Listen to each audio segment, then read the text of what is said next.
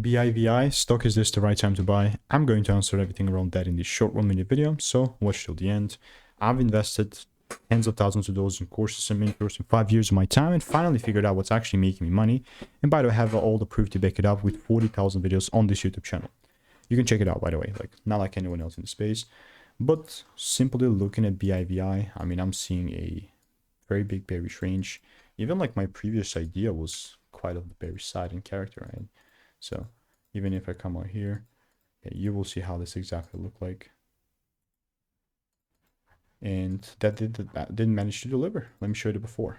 Yeah, I haven't made a video since January, like 3 months back, 4 months back. And that's exactly, but this is ultimately how it looked like before, right? And after, I mean, this is it. So all I'm gonna say is that it's still such a crazy bearish market, and the only thing that's gonna actually make it bullish is if I see breaks above $2. Again, that's just genuinely me right now. So it's not forever. It's currently for right now, and that's the range that we're currently in.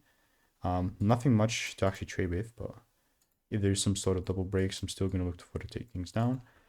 If you want to learn how I'm making 5 to 10K per month trading consistently, click the first link in the description and get my free emails.